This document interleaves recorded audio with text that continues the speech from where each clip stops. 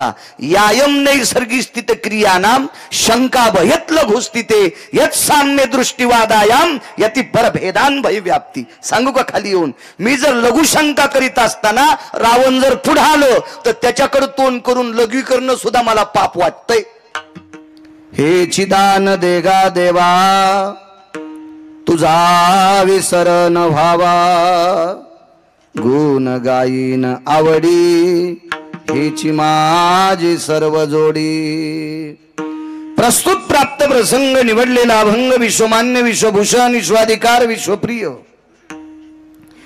चिन्मय स्वरूप असणारी अधिकार संपन्न साधू श्रीमंत श्री जगद्गुरु तुकोबाराय यांचा मागणीपर प्रसंगातील प्राप्त प्रसंगी निवडलेला अभंग. विठाला विठाला प्राप्त प्रसंगी निवडलेला अभंग माझ्या तुकोबारायांचा आहे. या अभंगाद्वारे देहूतले मालक ब्रह्मांडाच्या मालकापुढे मागणी मागतात. सज्जनांनो, मागतात ती तुम्ही आम्ही असतात, मागतात ती माणसं असतात, मागायला लावतो तो जगाचा बाप असतो आणि जीवनात कधीच मागत नसतात ती संत असतात. पण आज तुकोबाराय मागणी करतात विटेवरच्या मालकासमोर. मग आपण एरवी ऐकतो की संत मागत नसतात, मग तुकोबाराय का मागतात? सज्जनांनो, पुन्हा लक्षात घ्या, मागणी कळती त्यांना संत म्हणतात. ज्यांना मागणी कळती त्यांना संत म्हणतात, ज्यांना मागणी कळतच नाही त्यांना माणसं म्हणतात. आणि या मागणीमध्ये अडकवतो का, गुंतवतो का, त्याला देव म्हणतात. आणि याच्या चौकटीत न अडकता निमूटपणे बाजूला सरकतात, पुन्हा त्यांना संत म्हणतात. आणि ते तुकोबाराय आहेत. विटेवरच्या मालकासमोर एक आज मागणी मागतात. कुठली मागणी? हे चिदान देगा देवा, मला देऊन टाका देवा. काय पाहिजे तुकोबाराय? तुझा विसर न व्हावा. थोडासा कडक, मालक मला तुमचा विसर नाही पडला पाहिजे, रात्रंदिवस तुम्ही माझ्या अंतकरणात असले पाहिजे, हे देऊन टाका. घेऊन टाका, काय हरकत नाही. पुन्हा गुणगायीन आवडी, रोज तुमचा गुणानुवाद याचं वर्णन करील आवडीनं, नित्य तुमचं भजन करील. हेची माझी सर्व जोडी. माझ्या जीवनातली ती जोड आहे. विटेवरच्या मालकानं सांगितलं, तुकोबाराय तुम्हाला भजन करायचं असेल, माझं गुण गायचं असेल तर देह मानवी लागेल. मग मानवी देह लागत असेल तर गर्भवासाला यावं लागेल. तर ते तुकोबाराय होते. गर्भवासाच्या दुःखाला पण असं काही नकार दिला नाही. त्याच्या अलीकडं देवानं आमिष दाखवलं. आमिष, माणसं आमिषाला बळी पडतात. मी तुमच्या पुढे सांगतोय म्हणजे मी फार शहाणा आहे का? मी सुद्धा तुमच्यातलाच एक आहे. पंत संत वाङ्मयाचा अभ्यास तुमच्या पुढे मांडतोय.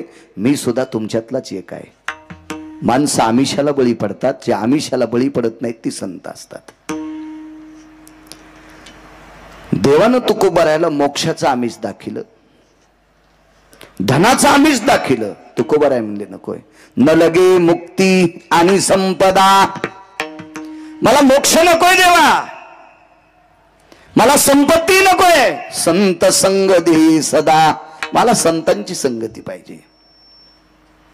मग संतांची संगती पाहिजे, भजन करायचे, रात्रंदिवस माझं गुण गाणार.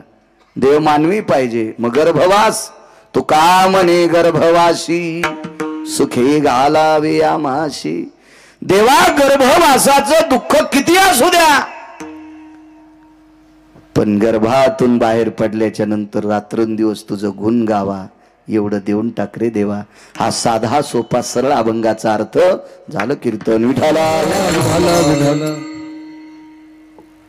हे चिदान देगा देवा, तुझा विसर न व्हावा. तुकोबाराय जगाच्या मालकाला एक दान मागतात. देवा, मला तुझा विसर पडला नाही पाहिजे, एवढं देऊन टाक. वाटेल ते देण्यासाठी जगाचा मालक तयार आहे. काय देता येत नाही त्याला? या सृष्टीतल्या प्रत्येक घडामोडी ज्याच्या मुठीत आहे तो काय देऊ शकत नाही, काय देऊ शकत नाही.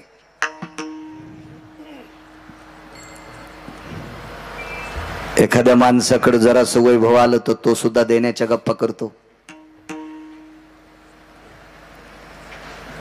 त्या विश्वाचं वैभव ज्याच्या ताब्यात आहे तो किती देत असेल कल्पना करा. त्याला काय देता येणार नाही, काय नाविन्य असेल त्या मालकाकडे.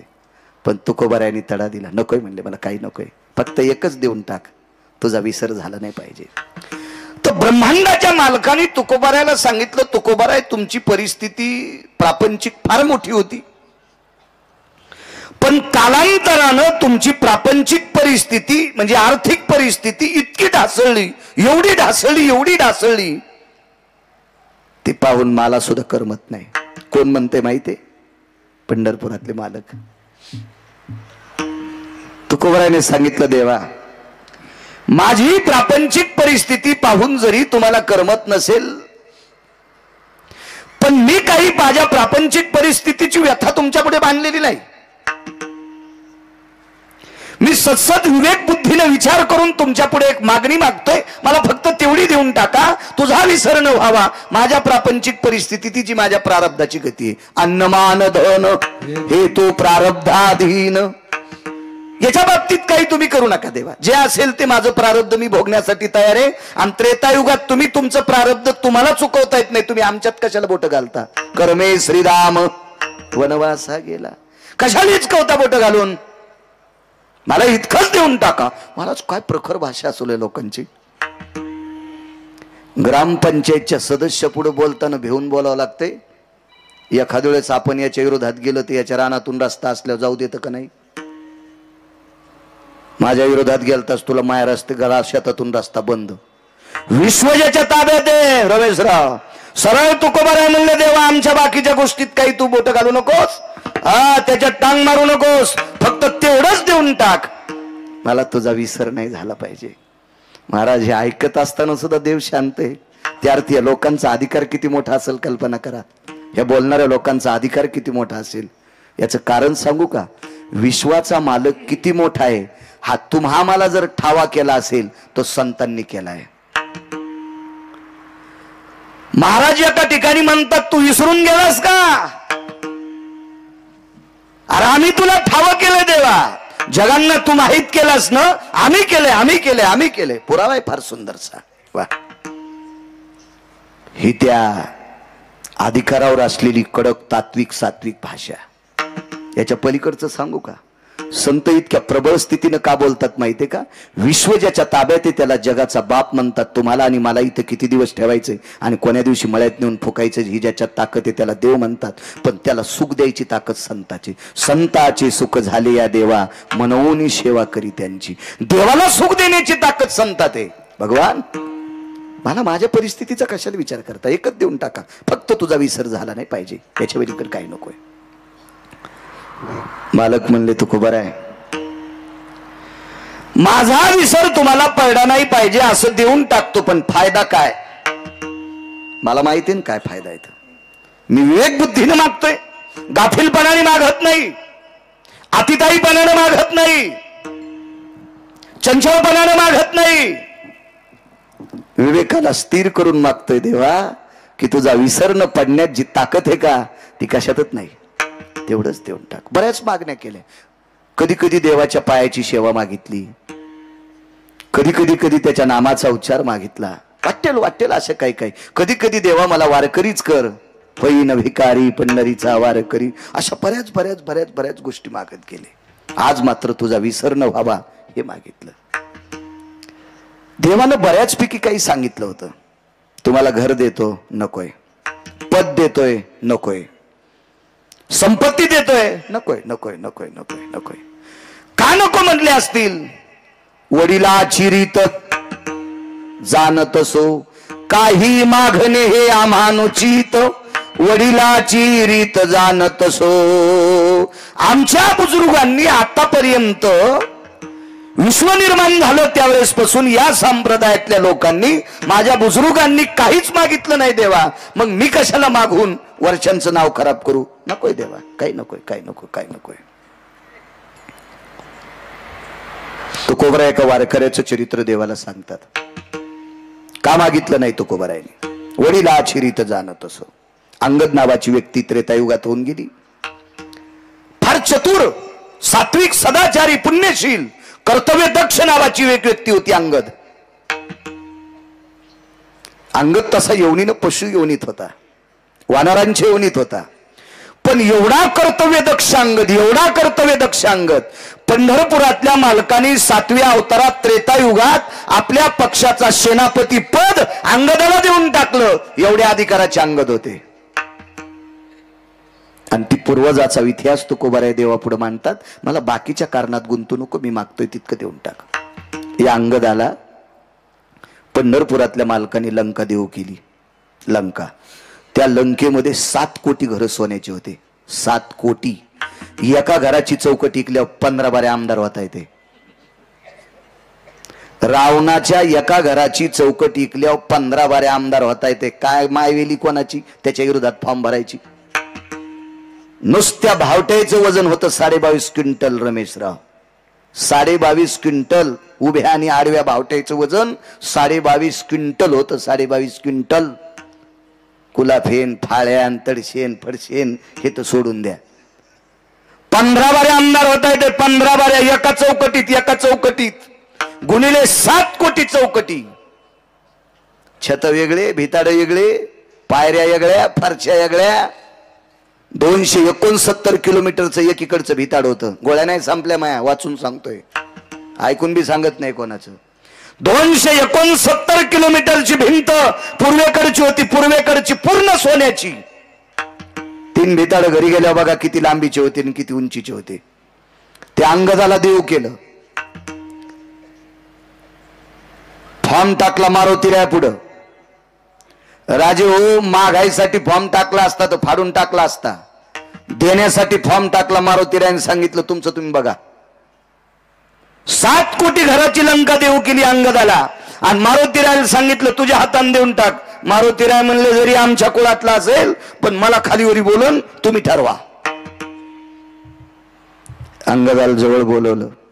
अंगदा, जी मालक, जी जी जी जी. रावण मरेपर्यंत सीता देत नाही. होय. आणि रावण मारल्याशिवाय मला सीता नेता येत नाही. आणि रावण मारल्या मी लंका देऊच कोणाला? मला वाटतं तुला देऊन टाकावे. अंगदानं सांगितलं देवा याच्यानंतर हा शब्द वापरायचा नाही. वापरायचा नाही हा शब्द, वापरायचा नाही. कशामुळे मला लंका द्यायले? ऐक ना अंगदा, तुझ्या बापाला मी मारलं रे, वालीला मी मारले. तुझ्या बाबाला जरी मी मारला असेल तरी पण तू माझ्या पक्षाचा झेंडा धरला, याच्याकरता मी तुझ्यावर प्रसन्न आहे, म्हणून तुला 7 कोटी घराची लंका देऊन टाकतो. नका देवा, कशाला देताय? लक्ष्मणजीला राग आला. लक्ष्मण शेषाचा अवतार, थोडासा राग येणं साहजिक आहे. आणि लक्ष्मणजीनं सांगितलं अंगदा कोणाकडे नकार देता? शांत बसाला. आणि मालक म्हणे जास्त फुमफुम करू नका, शांत बसा. ते अधिकारी लोक होते, ते भेट नव्हते कोणाला. भेटाय कोण माहितीये का? कानकोंड. जे ताटाखालचं मांजर असतंय का ते कोणाच्याही दारात शेपूट आली. ते कोणा हे कानकोंडीच नव्हते लोक. याच्याकरता भ्यायची काही गरजच नव्हती ना. लक्ष्मणजीला म्हणले लहाने मालक शांत बसा. लक्ष्मणानं सांगितलं अंगदा तुला कळते का कोण आहे? जगाचा बाप आहे. मग लंका भेटते का कोणाला? पण ती तुमच्यासाठी दुर्मिळ असेल, आमच्यासाठी सुलभ आहे. लक्ष्मणजीला माहीतच नव्हते पोरग किती अधिकारी बापाचे. तर अंगदानं सांगितलं लहाने मालक, मोठे मालक, ऐका, लंका ज्याची आहे त्याला रावण म्हणतात. आणि त्या रावणाला बगलात घेऊन माझ्या बाबानं 4 समुद्राच्या आंघोळी केल्या. माझे बाबा किती ताकदवान असतील याचा विचार करा. रावणापेक्षा 28 पटीने शक्तिशाली वाली होता. जर माझ्या बाबाच्या मनात रावणाच्या संपत्तीविषयी पाप असतं तर बगलात रावण दाबला असता, टमाट फुटल्यासारखा रावण फुटला असता. लंका कोणाला राहिली असती? लक्ष्मणजी म्हणले वालीला. मग वाली गेल्यावर लंका कोणाला? अंगदाला.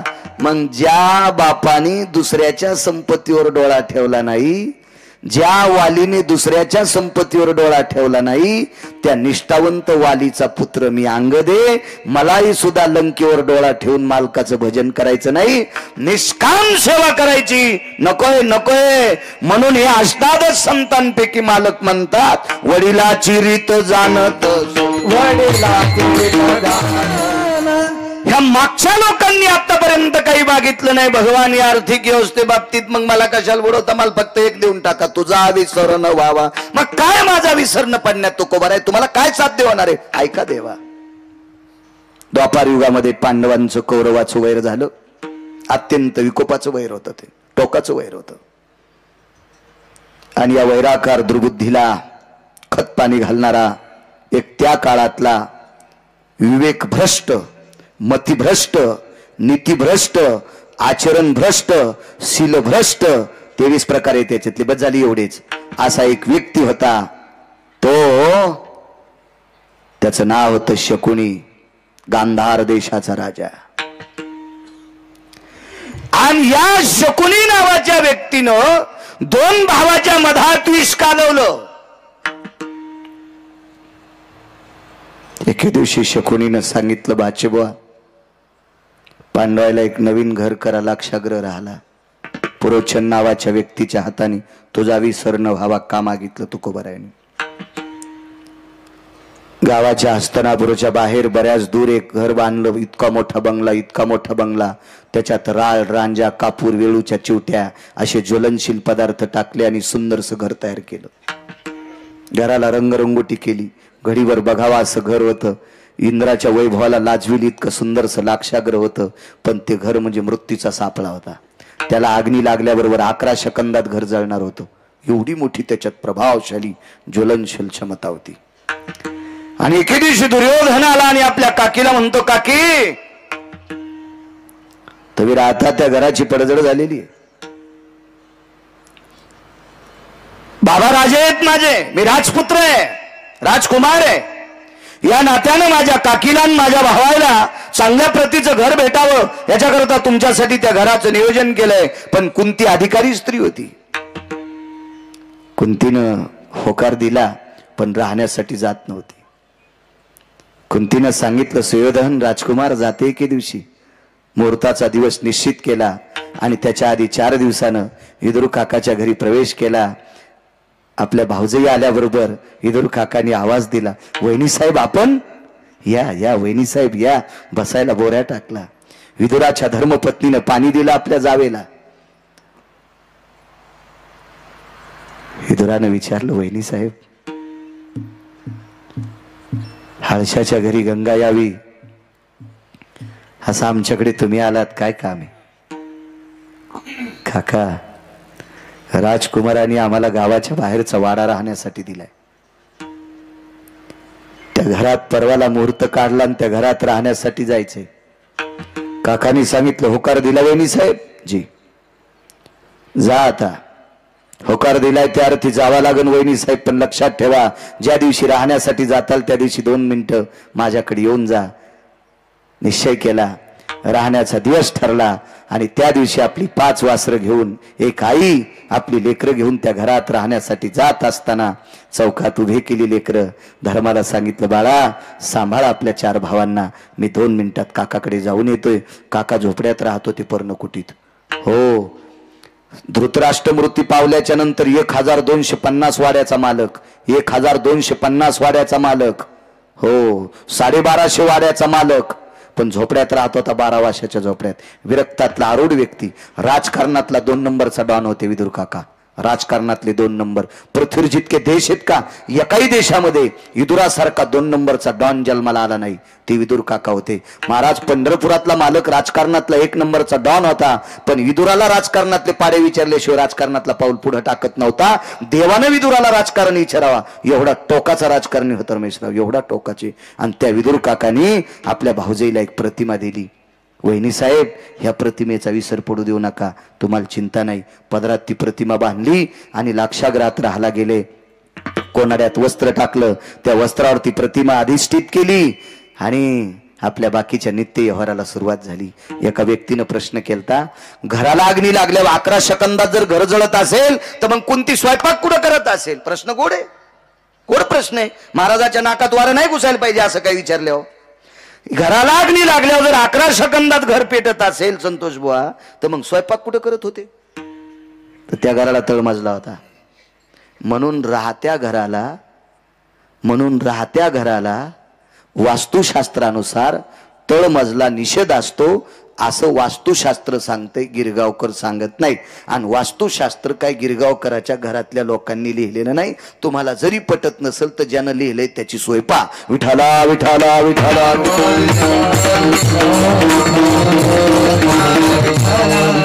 नित्य त्या घरामध्ये भजनाचा वास. पहिला दिवस त्या घरामध्ये देवाचं अधिष्ठान प्राप्त केलं. स्वयंपाक आटपला, देवाला नैवेद्य ठेवला, आपल्या वासरांना जेव घातलं, स्वतः जेवण केलं. पहिली रात्र लेकरं तिथं झोपलेली आहेत. भिंतीला टेकन देऊन त्या प्रतिमेकडे पाहत होती. तुझा विसर न व्हावा. पहिला दिवस रात्रीचे मध्ये 1-1:30 वाजला. त्यावेळेला खिडकीतून पुरोचन नावाचा व्यक्ती पाहत होता. बाई जागी. पहिला दिवस त्याचा मातीत गेला. दुसऱ्या दिवशी कुंती जागते, तिसऱ्या दिवशी कुंती जागते, चौथ्या दिवशी कुंती जागते, 5व्या दिवशी कुंती जागते. दुर्योधनानं पुरोचन नावाच्या व्यक्तीला सांगितलं, बेट्या आज सकाळी आमची चुलती, आज संध्याकाळी आमची चुलती आणि माझे 5 भाऊ जर वाडा जळून जर नाही मारलेस तर तुझा संसार जाळून टाकील. त्यानं सांगितलं, मालक मी रोज रात्री मध्यरात्री मशाल घेऊन वाडा पेटवायला जातो, पण बाई झोपतच नाही. बाई झोपत नाही. करत काय होती माहितीये? कोणाड्यात ठेवलेल्या प्रतिमेचं चिंतन करत होती. नित्य त्याच्याकडे पाहत होती. त्याचा विसरच पडू देत नव्हती. 6वा दिवस उजळला. 6व्या दिवशी कशीबशी जागली. 7व्या दिवशी कुंतीच्या लक्षात आलं, आजची रात्र आपण जागू शकत नाही. तुझा विसर न व्हावा. का मागतात तुकोबर आहे? कशा करता तुकोबर आहे? म्हणले, देवा फक्त तुझा विसर नाही झाला पाहिजे एवढं देऊन टाक. 7व्या दिवशी सकाळी उठल्या. झोपायचा प्रश्नच नाही. उठली, लेकरं स्नानं आटपली, नित्यकर्म आटपला, देवतार्चन सर्व आटपलं, स्वयंपाकाला लागल्या. कुंतीला 9 दाशा दिलत्या. 9 दाशा होत्या कुंतीच्या ताब्यात. 9. दुःख काय वाटलं? तुळशीला पाणी घालीत असताना कुंतीच्या लक्षात आलं, माझ्या 5 लेकराला आणि मला दुर्योधन जाळतोय, पण आमच्यामुळे ह्या 9 जणी मरू शकतात. 9 जणी मरू शकतात. कुंतीनं काय सांगितलं? आज देवाला नैवेद्य करायचा आहे, मी स्वतः स्वयंपाक करणार. आज तुम्हाला सुट्टी. आज तुम्ही सुट्टी. जा तुम्ही तुमच्या घरी, निघून जा. आणि त्या 9 जणीला काढून दिलं. महाराज कर्मनो गहनो गती 5 लेकरं घेऊन एक भिल्ल स्त्री कुंतीच्या वसरीत मुक्कामाला थांबली. 5 अपत्य. तिला सुद्धा 5 लेकरं होती. एक भिल्लाची स्त्री होती, सात्विक सदाचारी स्त्री होती, पुण्यशील स्त्री होती. आपल्या 5 लेकराला घेऊन आसरा करता गावाच्या बाहेर बांधलेल्या लाक्षागृहाच्या पडवीमध्ये ती मुक्कामाला आहे. हे कुंती आई साहेबांना माहित नाही. त्या पडवीत ती आपली 5 लेकरं घेऊन झोपलेली आहे. 9 दाशा मरू नये याच्या करता कुंतीनं परत केल्या. पुराण वाची जा, लक्षात येईल तुमच्या. घरी परत केल्या. पण कुंतीला माहित असतं ही बाई आपली 5 लेकरं घेऊन थांबली, तर कुंतीनं पण सांगितलं असतं, बाई इथं मुक्कामाला थांबू नको. राग आला तरी हरकत नाही, पण याच्याकरता बोलली असती, आमच्यामुळे ही जळू शकते. पण नियतीला जे मान्य आहे त्या गोष्टी होत असतात. सज्जनांनो, दुर्योधनाच्या लक्षात आलं पाहिजे होतं की 5 माणसांचे आणि एका बाईच्या अस्थी सापडल्यात, त्या ती कुंती आणि पांडव संपलेत. त्याला मग हे 5 लेकरं आणि ही भिल्ल स्त्री कोण असावा, त्याच्यासाठी एका पुराणातला दिलासा घ्या. ते राहू देतो मी. हे ऐकल्याच्या नंतर रिॲक्शन होईल, कारण सगळ्या गोळ्या एकट्या घेत नसतात. विठाला विठाला विठाला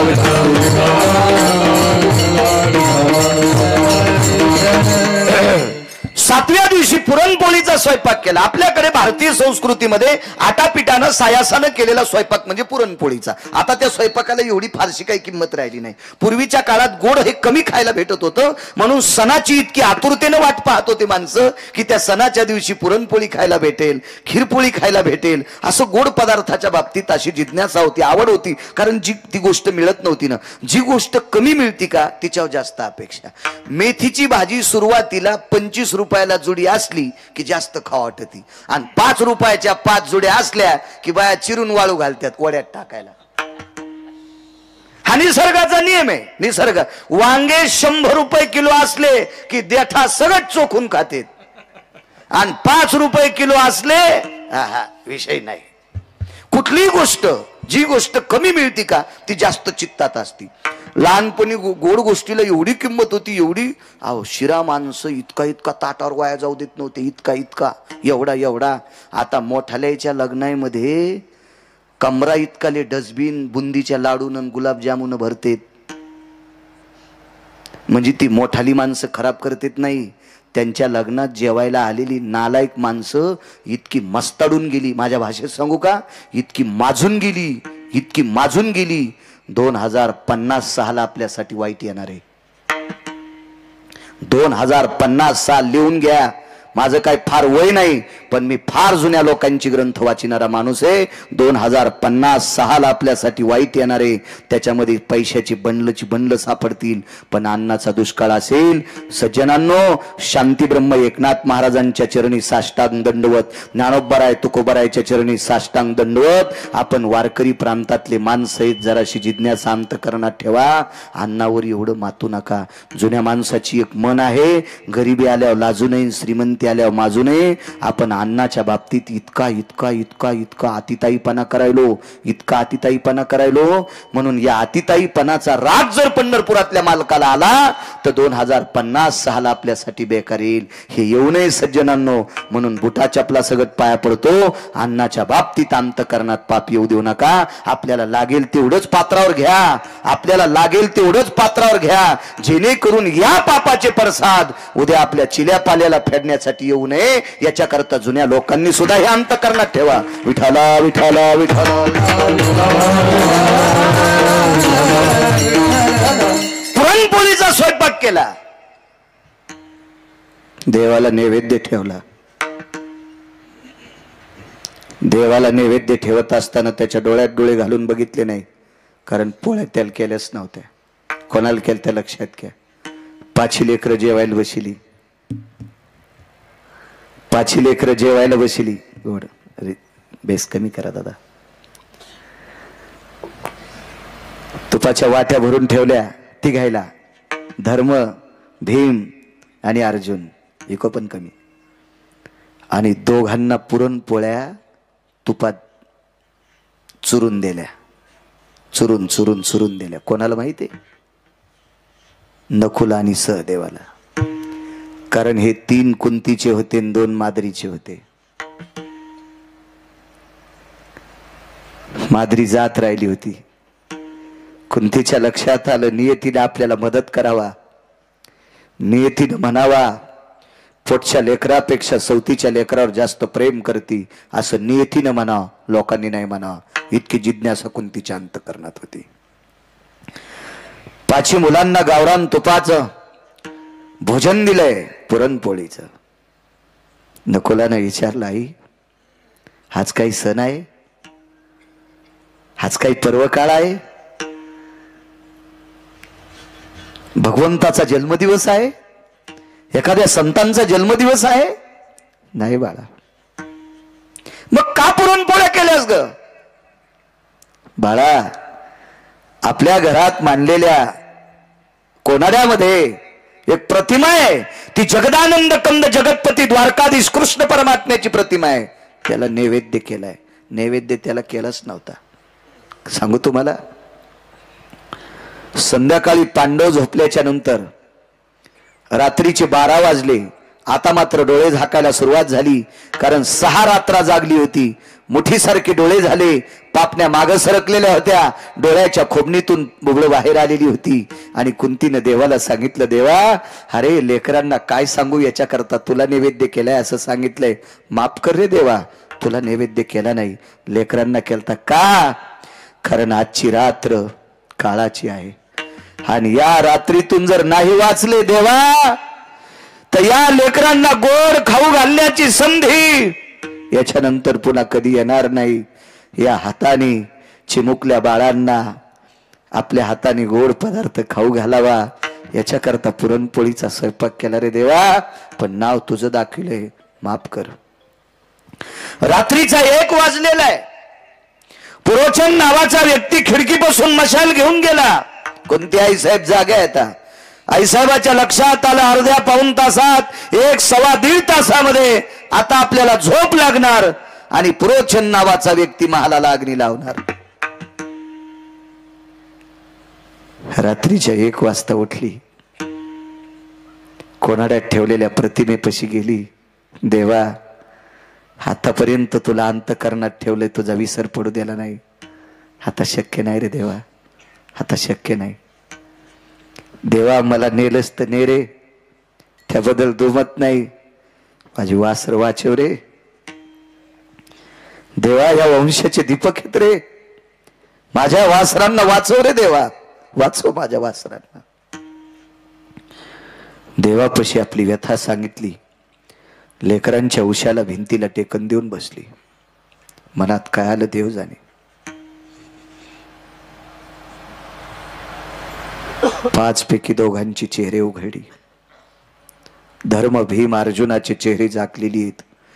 नकुलाचा आणि सहदेवाचा चेहरा उघडा केला आणि पुन्हा एकदा त्या प्रतिमेपाशी आली. देवा मला आणि 5 लेकराला वाचवायला जर तुला जड जात असेल ना, मला आणि माझ्या 5 लेकराला वाचवायला तुला जड जात असेल ना देवा, ते याच्यातून सूट देते, मला मार. धर्म भीम अर्जुन मार, पाय धरते रे तुझे देवा, तुझ्या पायावर विनंती करते रे, नकुलाला आणि सहदेवाला मात्र मारू नकोस, दोघायला वाचव. साष्टांग प्रणिपात केला आणि भिंतीला टेकन देऊन बसली. शेवटचा प्रणाम केला. देवा आता जागू शकत नाही, आतापर्यंत तुला स्मरणात ठेवलंय, विदुर काकांनी सांगितल्यानुसार तुझा विसर पडू दिला नाही, आता टाकणं शक्य नाही. डोळा लागला, कुंती आई साहेबाचा डोळा लागला. प्रतिमा पाहणं बंद झालं आणि पुरोचन काही अंतरावर मशाल घेऊन येत होता. हे द्वारकेतल्या मालकाच्या लक्षात आलं, आता काही वेळाला जर पुरोचन पोचला आणि कुंती झोपलेली अशी जर कळालं तर लाक्षागृहाला आग लावणार आणि काही सेकंदात पांडव आणि कुंती जाणार. रात्रीच्या 1:30-2 वाजता जागे झाले. जगाची मालकीन रुक्मिणी आई साहेब उठून बसल्या पायथ्याला. काय प्रभू? काही नाही. भालदार झोपदार जी सुदर्शन घेऊन या. रात्रीच्या समयाला देवघरात सुदर्शन असायचं. ते सुदर्शन प्रभूच्या हातात दिलं आणि जगाच्या मालकानं ते सुदर्शन बोटाला अडकिलं आणि त्या सुदर्शनाला सांगितलं, अरे जिनं 7 रात्र जागून मला अंतकरणात ठेवले, मुठीसारखे डोळे झालेत रे, तिला आणि तिच्या वासरांना मारण्याचा प्रयत्न पुरोचन नावाचा व्यक्ती हस्तिनापूरच्या नालायक राजाच्या मुलाच्या सांगण्यानुसार करतो, गांधार देशाच्या हलकट राजाच्या सांगण्यानुसार करतो, जयद्रथासारखा मूर्ख व्यक्ती त्याच्या सांगण्यानुसार करतोय, दुःशासनासारख्या दुर्जयी माणसाच्या म्हणण्यानुसार करतोय. पण लक्षात ठेव रे सुदर्शना, वाचो. चक्रा मार के धरणी फोडी, लाखा जोर में पांडव बैठे, गुप्ता आग लगाई, बिगरी किने बजाई, नाथ मोरे बिगरी किने बजाई. ते सुदर्शन सोडलं, ज्या ठिकाणी कुंती आणि पांडव आहेत त्या ठिकाणी भुयार पडलं. नर्मदेच्या तीरावर पांडव आणि कुंती घेऊन गेले आणि लाक्षागृह जळालं.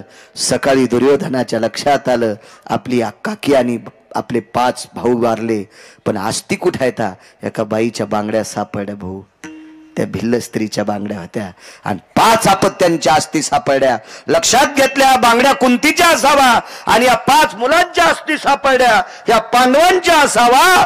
बुजदिल दुर्योधनानं, नालायक दुर्योधनानं, निर्बुद्ध विचाराच्या दुर्योधनानं आपली चुलती आणि आपण भाऊ मृत्यू पावल्याच्या नंतर दिवाळी साजरी केली.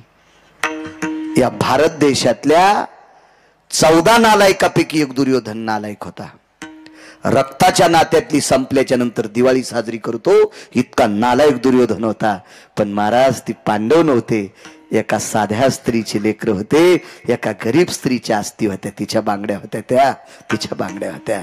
चला तिकडे पोचले. या मुद्द्यावर अभंगावर माझे तुकोबाराय म्हणतात देवा, अरे ज्याला संध्याकाळचा ठिकाणा नाही तो रातच्या झोप मोडून उठत नाही. रातच्या झोप मोडून मला फीस कमी करायची होती, शिकायला होतं. मी 7वी पर्यंतच शिकलो. आताची माई परिस्थिती इचकू नका, मी मागची सांगायलो, मी मागची सांगतोय मागची. तर एका त्या फॉर्मवर सरपंचाचा शिक्का आणि सही लागते ते फीस माफ करण्यासाठी. त्याला कोणता फॉर्म म्हणते सांगता येईल का? ABC form. वा वा. त्या फॉर्मवर सही घ्यायची. मग सकाळी सकाळी सरपंचाच्या घरी गेलो तर 9 वाजलेले होते. 9 वाजता गेल्यावर सरपंचाची बायको लेंड्या झाडू लागली. 500-600 पुड्या होत्या लिंबाखाली बांधलेल्या आणि लेंड्या झाडू लागली. तर मी म्हणलं बाई बाई दादाला बोलायचं, इतक्या सकाळी थुत्र घेऊन चालवतात? 9ला सकाळ असती होय. झोपू गिपू देतात का नाही? काय गुत्त घेतलं गाव ते ना. आणि हिच्या नवऱ्याला एकच बोट, रात्री एक हार पिलता, दारापुढे एकच दिसू लागला. तर त्याची बायको इतकी आयटीत आलेली. 11 वाजता ये. तर 11 वाजता गेलो तर ते घरी नाही, ते घरी नाही, ते घरी नाही. संध्याकाळी गेलो, संध्याकाळी तर ते त्याचा दरुजा पुढून होतं, मागून भीतीला टकरा घेऊ लागलं. ए उघडणं दरुजा, उघडणं दरुजा. मागून भीतडाला. हो. तर ते काय शिका हाणणारे त्या टायमाला एबीसी फॉर्मवर. माझ्या लक्षात आलं आपला फॉर्म बी चुरगाळून टाकीन, याला सकाळी भेटू. पुन्हा दुसऱ्या दिवशी सकाळी गेलो, दुसऱ्या दिवशी सकाळी. तर त्याच्या बायकोने इतकं धुन केलं, इतकं धुन केलं. तिनं धुन केल्या. मी म्हणलं आपल्याला शिकायचंच नाही, इमानदारीनं शिकलोच नाही, शिकलोच नाही. इतका बिना आकली तिचा नवरा. तर त्या बाईनं मला इतकं धुन केलं, नकोच म्हणलं देवा आपल्याला 7वीच्या पुढे शिकायचंच नाही. ही इतकी धुन कायली तर पुढे शिकल्यावर कोणी धुन केल्यावर करावंच काय. माझे तुकोबाराय म्हणतात देवा, गिरगावच्या बाळ्याला लेंड्या झाडणार बाईनं इतकं धुन केले, बुट हरपून येणाऱ्या नवऱ्याला ती उठीत नव्हती. हे सगळे कोण्या दिवशी बटन दाबून मारायचे ते तुमच्या हातात हे देवा. आणि तू रात्री 1:30 वाजता उठून पांडवांना वाचिलस. काय गरज होती देवा तुला?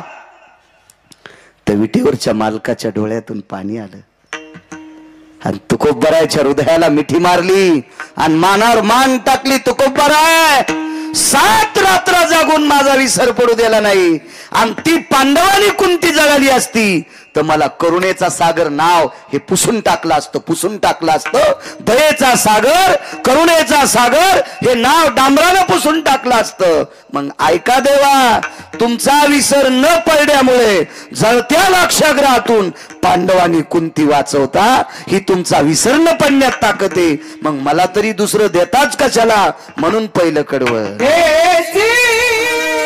वा देवा, याच्या करता तुमचा विसर पडला नाही पाहिजे एवढं देऊन टाका.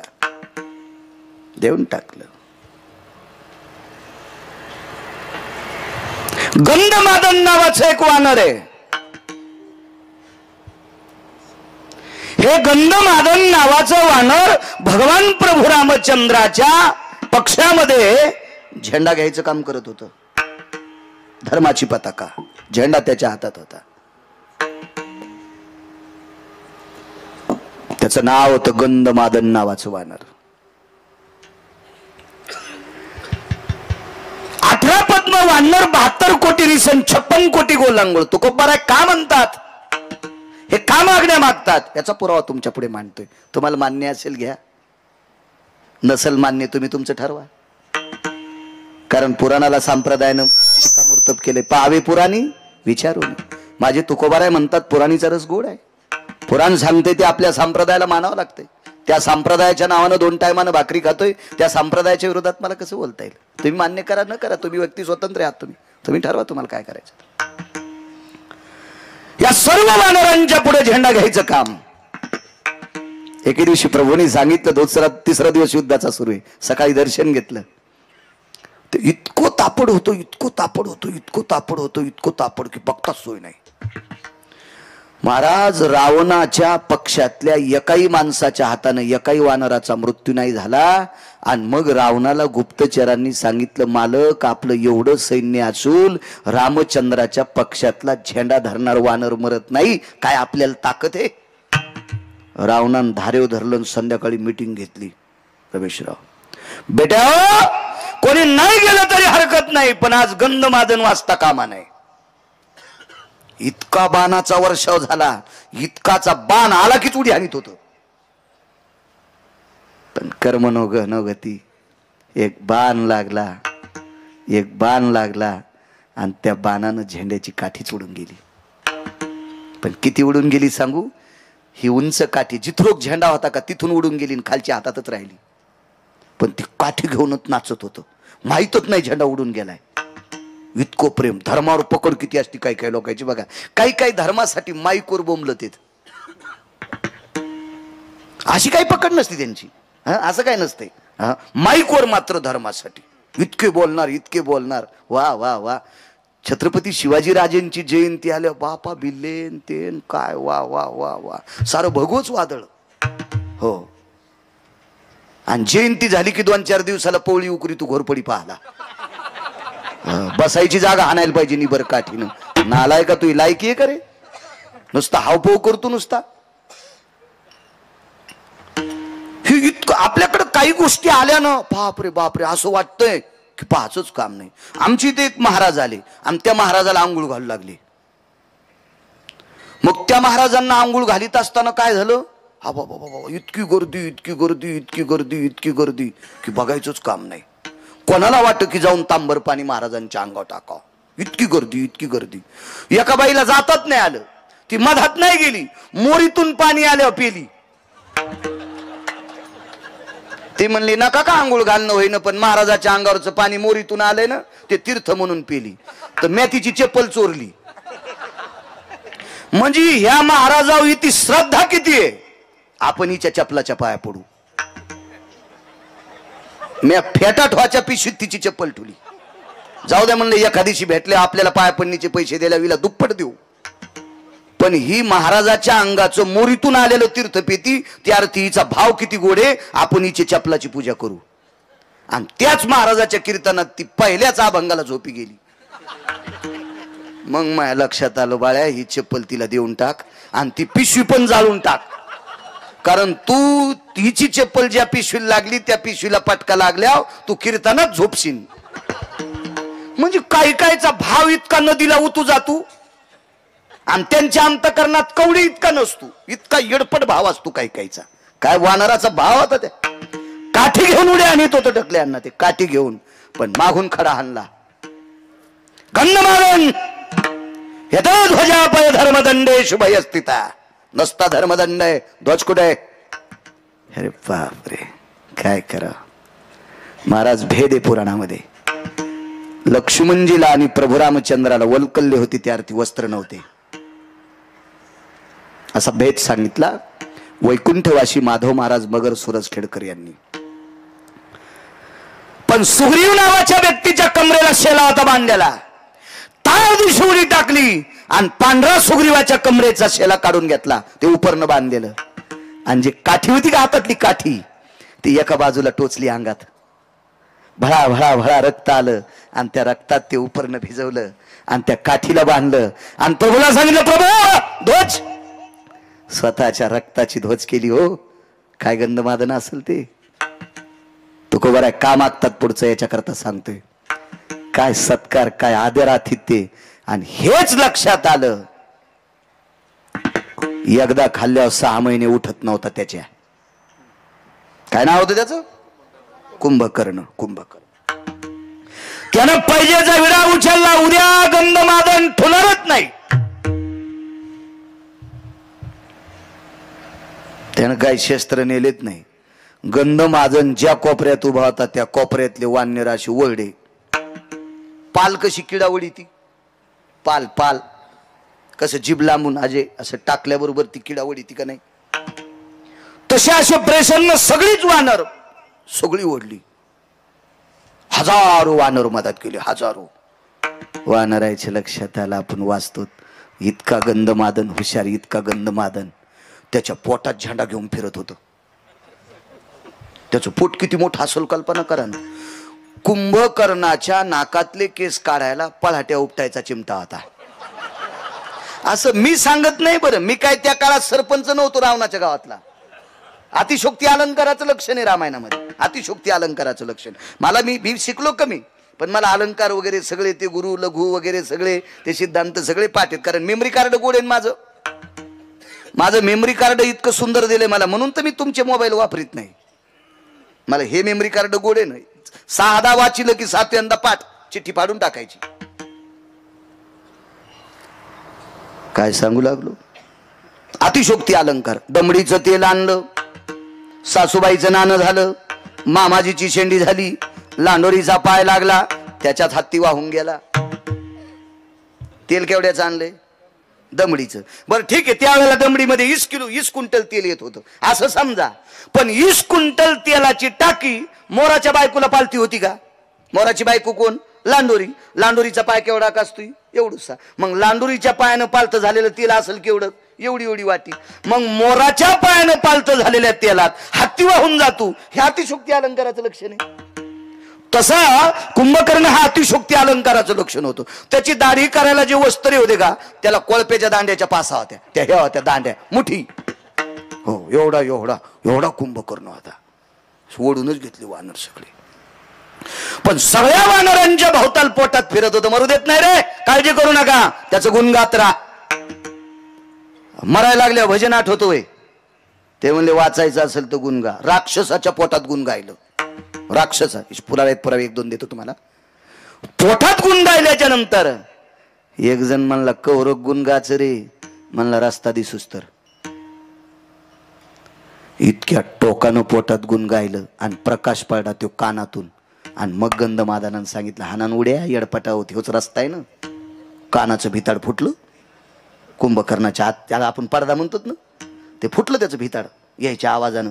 आणि प्रकाश बार हाना उड्या, सन सन सन सन उड्या हाणल्या. पण कुंभकर्णाच्या लक्षात आलं, जे झेंडा घेतय का त्यानं शहाणपणा केलाय, याला नाही वाचू देत, याला वाचू देत नाही म्हणले. आणि मग कानाला चाळणी लावली बोटाची. उडी हाणल्याबरोबर फेल दिशी गंधमादन धरला. झेंडा आणि तेन सगळंच असं धरलेलं होतं. कोण? त्याला वाटलं आवाजान भीन. ते बारक्या बुरक्या माणसाचा कार्यकर्ता होतं का ते अशा माणसाचा कार्यकर्ता होत. या विश्वावर ज्याची सत्ता आहे त्या मालकाचा ते कार्यकर्ता होत. कोण? ते म्हणलं ऐकू येते ना, हळून बोल. तो तरी इकडचा कान फुटलाय आणि मॅच फोडलाय, मला दोन्ही कान आहेत, हळून बोल ना. अरे तुरच रावणाच्या भावाला, ज्याला 7 कोटी घर आहेत, त्याच्या भावाला वानर आरोतुर बोलायले. आपण बऱ्या बुऱ्या माणसाला आरोतुर बोलले आपल्या अंगावर गाड्या घालतील. हो, पुन्हा ताकद नाही कशाने मेला आणि काय मेला सांगायची, आहे का हिम्मत कोणाची? एवढा मोठा श्रीमंत रावण आरोतुरच. कोण? हळून बोल म्हणला. गंधमादन. गंधमादन नाव कशा करता ठेवलंय? तुकोबारा का मागता त्याच्यावर बोलतोय, तुकोबारांच्याकडे कशा करता गंधमादन नाव ठेवलंय? ते म्हणला जरासं नाकाच्या जवळ घेऊन पाय ना.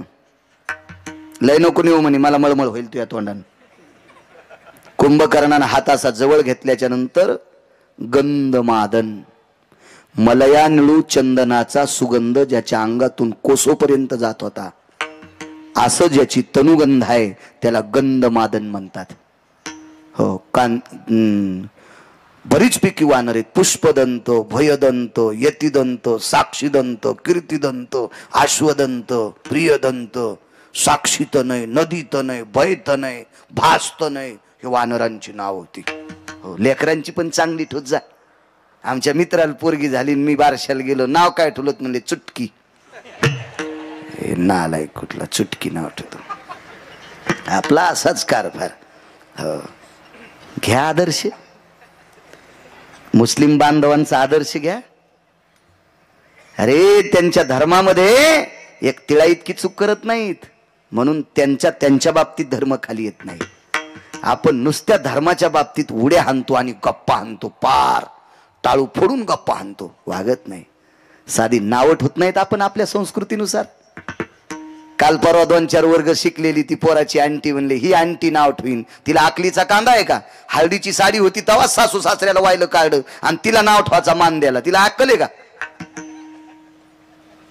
नाव ठेवण्याचा अधिकार अधिकाऱ्यांना सांगा जा, तात्विकांना सांगा जा. नाही म्हणे आमची आंटी लयच हुशार आहे, तिला मोबाईल लय पाहता येतो आणि मोबाईलवरच पाहून आंटीनं नाव ठेवलं. ते पोरग असंच, त्याचं नाव ठेवलं शाहू. हो, दवाखान्यातच ठेवलं. आणि शाहूला भेटायला मी गेलो दवाखान्यात. शाहूला भेटायला दवाखान्यात गेल्याच्या नंतर त्याचा वडील आमचे जरा सोबत शिकलो होतो 4थी पर्यंत, ते 4थीला गळालं, मी 7वीला आपटलो, म्हणजे शिकलोच नाही पुढं, ते नाही पुढं गेलं. तर मी म्हणलं अरे बघू दे मुलगा. हो, आत्ताच नाव ठेवलं म्हणे, आमच्या लहान्याची बायको आलती, म्हणजे त्याची भावजई. हो, सगळे म्हणले ती जरा शिकलेली आहे आणि तिनं नाव ठेवलंय शाहू. म्हणलं वा वा वा, पावदी म्हणलं तो हा शाहू. त्याचा शाहू पाहिल्याच्या नंतर बरा दिसला. कसा होईन रे? मी म्हणलं मला काय सांगता येईन कसा होईन, तर मला सांभाळीन का? मी म्हणलं बघू आता, इतक्या लवकर काय सांगता येईल, मी का देव आहे का? बाहेर आल्यावर एक ढवळ्या कपड्यावाली बाई भेटली. कोण आपण? गिरगावकर. इकडे कुठे? म्हणलं ते आमच्या मित्राला मुलगा झाला. तिनं असं कसनच तोंड केलं. मी म्हणलं हिला काही संबंध नाही, काय नाही, त्याला पोरग झाल्या हिला. म्हणलं बाई तुम्हाला कसं काय मळमळ झालं? त्याचं बाळांपण केल्यावर तुम्ही अंगठी हरपली, त्याची डिलिव्हरी केल्यावर मग अंगठी हरपली. अर म्हणलं दाश्या पोरग दाखव बरं. त्याचं नाव दाश्या होतं. म्हणलं पोरग दाखव बरं. ते म्हणलं काय झालं? म्हणलं दाखव ना. तर लहान लेकर अशा मुठी वळीत येत. त्याची मी मुठ उकलल्याच्या नंतर सिस्टरनीची अंगठी गवसली. मी म्हणलं दाश्या लहान्याच्या बायकोनं याचं नाव शाहू ठेवलंय आणि झाल्याच यानं सिस्टरनीची अंगठी चोरली. याला जर तालुक्याचा आमदार केलं तर हे काय काय इकीन रे? हा, याचं नाव शाहू ठेवलंय, तिथं नाव ठेवणारी आण बरं. ते तिथंच होती बाजूला. काय झालं? अरे मी म्हणलं काय झालं? नाव तळ्याला आणि काम नदीला, याचं नाव तो शाहू ठेवलंस आणि यानं झाल्या सिस्टरनीची अंगठी चोरली ना द्वारका. तिचं नाव नव्हतं द्वारका, मी आमच्या इथली म्हणायलो विठाला विठाला विठाला.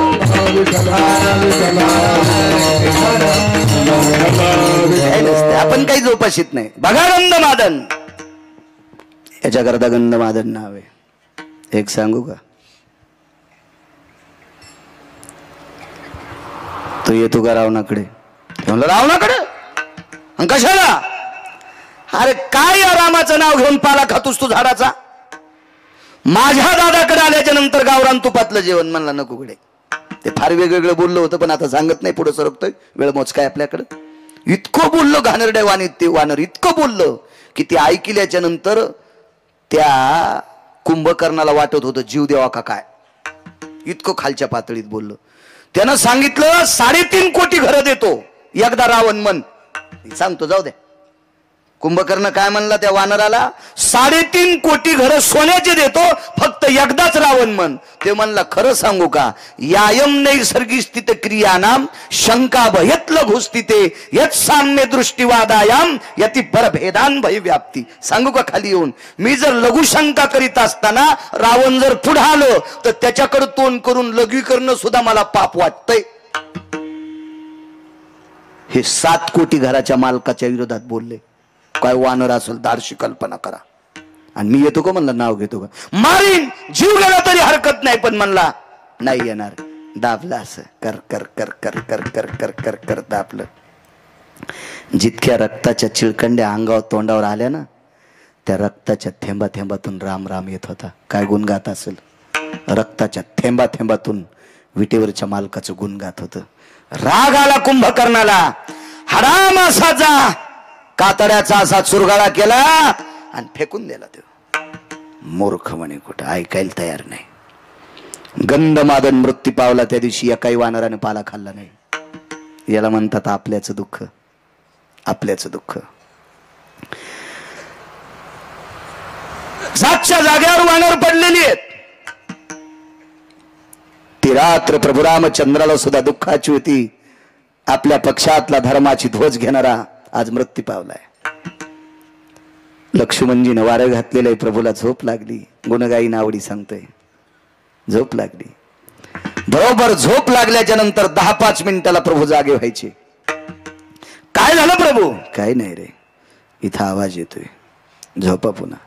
10-5 मिनिटाला झोपले की पुन्हा प्रभू उठायचे. आवाज येतोय. कोण भजन करीत होतं माहितीये? गंधमादन नावाचं वानर. मारुतीरायला बोलून घेतलं लक्ष्मणजीनं. हनुमंता, मालक आज झोपत नाहीत. मारुतीराय जवळ आले. रात्रीचे 2 वाजलेले आहेत. प्रणाम केला. प्रभू, रावणाची भीती वाटायली का? नाही, भीती वाटत नाही रावणाची. मग झोप का येत नाही? दशकी कशाची, चिंता कशाची, कशा करता आरबळायले? एक सांगू का हनुमंता, माझ्या जीवनातला रात्रीच्या वेळेला घडलेला प्रसंग जीवनातला हा पहिला आहे. मी झोपी गेल्याच्या नंतर माझ्या हृदयावर राम नावाचा आवाज आदळतोय आणि तो अंतःकरणापासून निघणारा आवाज माझ्या हृदयावर आदळतोय. कोण असेल? मारुतीराय बुद्धिमतान वरिष्ठम. मारुतीरायने विचार केला आणि सुग्रीवांना यांना त्यांना विचारलं, का रे गंधमादन मृत्यू पावला हे माहीत झालंय, प्रेत सापडलं का? काय सापडल म्हणे हनुमंता, कुंभकर्णाने चुरा केला रे त्याचा आणि कोणीकडे फेकलं लक्षात नाही. सागराकडे फेकला असेल तर समुद्रात विलीन झाला असेल. मारुतीरायने सांगितलं, गप्पा हाणू नका, प्रेत सापडलं पाहिजे. हे सगळी 6 माणसं जागेत. एकटे मारुतीराय फिरतात. मारुतीराय दळाच्या बाजूला फिरत असताना थोडे बाजूला गेले. त्याच बाजूला त्याच्या हाडामासाचा त्वचेचा गोळा पडला होता. मारुतीराय चालत असताना साजूक चांदण्याचा प्रकाश होता आणि त्या प्रकाशात मारुतीरायच्या पायावर तो गोळा आदळला. वाकून पाहिलं तर हाडामासाचा गोळा होता. हाडामासाचा एवढा एवढा गोळा होता. वंजळीत घेतला. कोण? मी गंधमादन. हृदयाशी लावला. बाळा, कुंभकर्णाने तुझ्या शरीराचा चुरा केला रे, तरी तुझ्या त्वचेतून, तुझ्या अस्थितून, तुझ्या मांसाच्या तुकड्यातून राम नावाचा ध्वनी तू गुणगातोस. जी पवन सुता, एकदा त्याचे पाय दाखव. हाडामासाचा गोळा घेऊन शिबिरात आले रावटीत.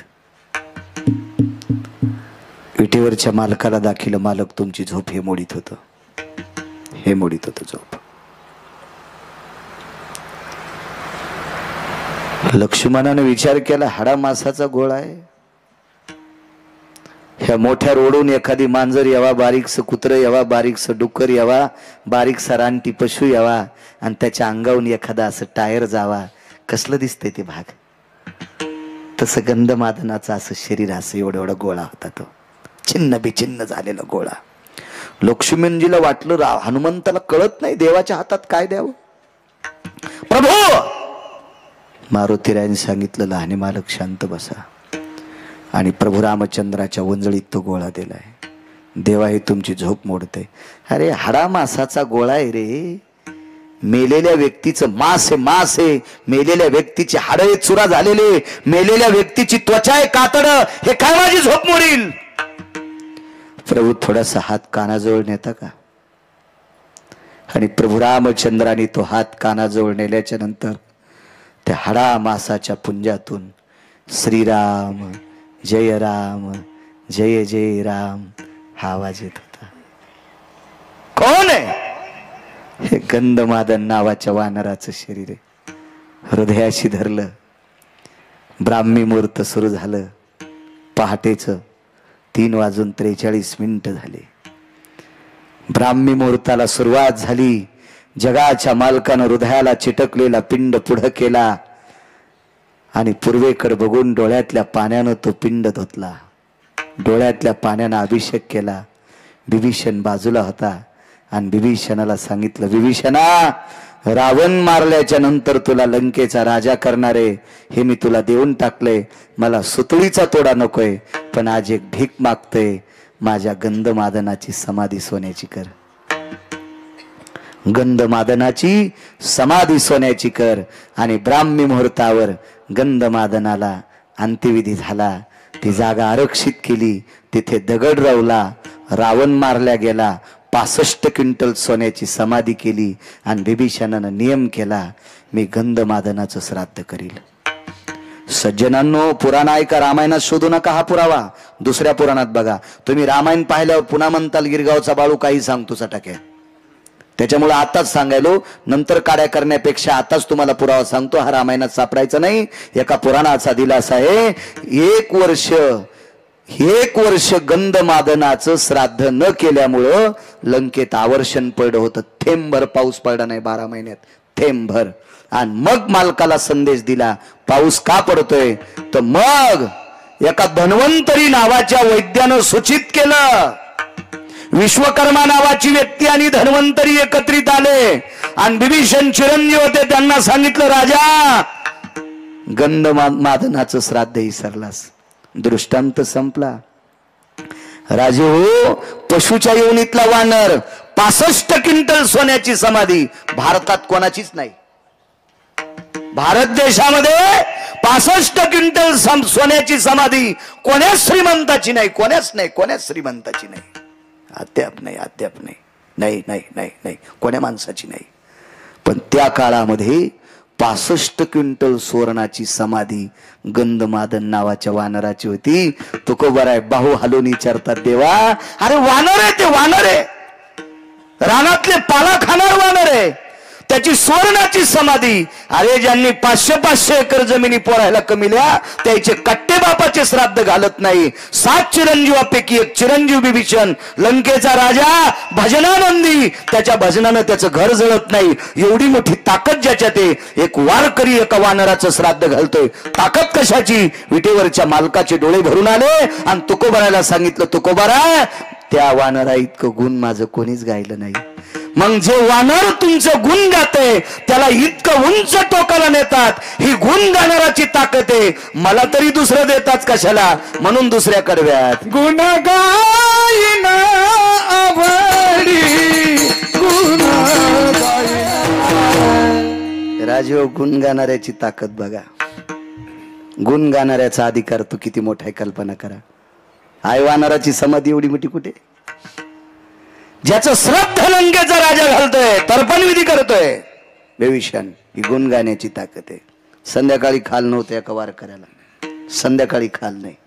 गुण गाण्याची ताकद किती मोठी काकडे बुवा, कुशाल बुवा, संतोष बुवा. रात्री जेवायला नाही. एक रात्र इतकी बिकट की त्या रात्रीमुळं त्या वारकऱ्याला 18 विश्व दारिद्र्य, इतकी गरिबी म्हणून सिद्ध झाला. 18 विश्व दारिद्र्य म्हणजे गरिबी म्हणून सिद्ध नाव तिथं पडलं. त्या रात्री पीठ ठेवायचं गाडगं होतं. पीठ ठेवतेत ना, भाकरीचं, गव्हाचं, ज्वारीचं पीठ ठेवतेत ना, हे गाडगं होतं. त्या गाडग्यामध्ये शिभर, एक चमचाभर पीठ नव्हतं. त्या गाडग्यामध्ये मीठ टाकलं एवढं आणि त्याच्यात पाणी टाकलं गुंडीभर आणि ते गाडगं चुलीवर ठेवलं. पाणी खळा खळा खळा खळा उकळलं. पांढरा रंग सुद्धा नव्हता आला पाण्याला, पांढरा रंग पण. ते खारट पाणी लेकरांनी पिलं. परिस्थिती किती नाजूक असेल कल्पना करा, किती नाजूक परिस्थिती असेल. पहिल्या दिवसाची ती परिस्थिती, दुसऱ्या दिवशी काहीच नाही. 18 विश्व दारिद्र्य, गरिबीचा एक प्रकार येतो. 18 विश्व दारिद्र्य. दुसऱ्या दिवशी त्याच्यातले 7-8 सिद्धांत आहेत, एवढे सांगत नाही. तुम्हालाही ताण होईल डोक्यात ठेवायला. आणि मी बी काही गुत घेतलं नाही. दुसरा मुद्दा सांगतो, दुसऱ्या दिवशी एक मिठाचा खडा घेतला, पाण्यात बुडीला, झोपलेल्या लेकराच्या ओठावून फिरीला. झोपीत ओठावर गेलेलं खारट पाणी जिभेच्या चेंड्यानं चाटत होते. इतकी परिस्थिती. 18 विश्व दारिद्र्यातला तो एक प्रकार. बरेच आहेत असे प्रकार. सांगतो पुढचा. तिसऱ्या दिवशी मिठाचं पाणी किती पोटात सहन होईल? उमाळा येत होता, कोरड्या वांत्या होत होत्या. कराव काय? 18 विश्व दारिद्र्यातला एक तिसरा प्रकार आहे. बापानी धोत्राची चिंदी फाडली. बापानी धोत्राची चिंदी फाडली, तिचे 2 तुकडे केले. त्या चिंदीला पिळा घातला. एक चिंदी बाबा पत्नीकडे दिली आणि एक स्वतःकडे ठेवली. आणि दोघांनी दोन्ही लेकराचे पोट आवळले. म्हणून आपल्याकडे एक मन होती, पोट बांधून कमिलं, पोट आवळून कमिलं. हे जुने सिद्धांत लक्षात घेत जा, जीनच्या पॅन्टीवाले होत. मागच्या दुष्काळात आपल्या बाप दाद्यांनी संध्याकाळी जेवण झाल्यावर झोपताना चिमण्याही झिल्या. मी महिना झालो बोंबलतोय रोज कीर्तनात 2 मिनिटं तरी.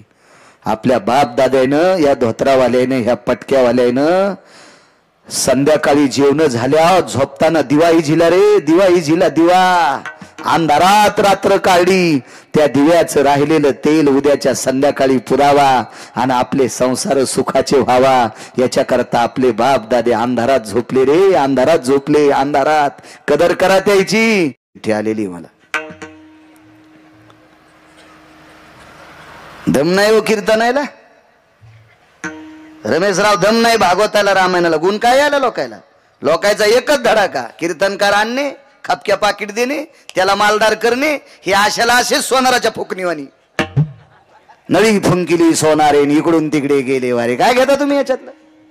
मगाशी म्हणलेलं वाक्य तुम्हाला सांगतो. तुम्ही म्हणताल रे रगील झाला का? एक जण म्हणला भरली गिरगाव कराची.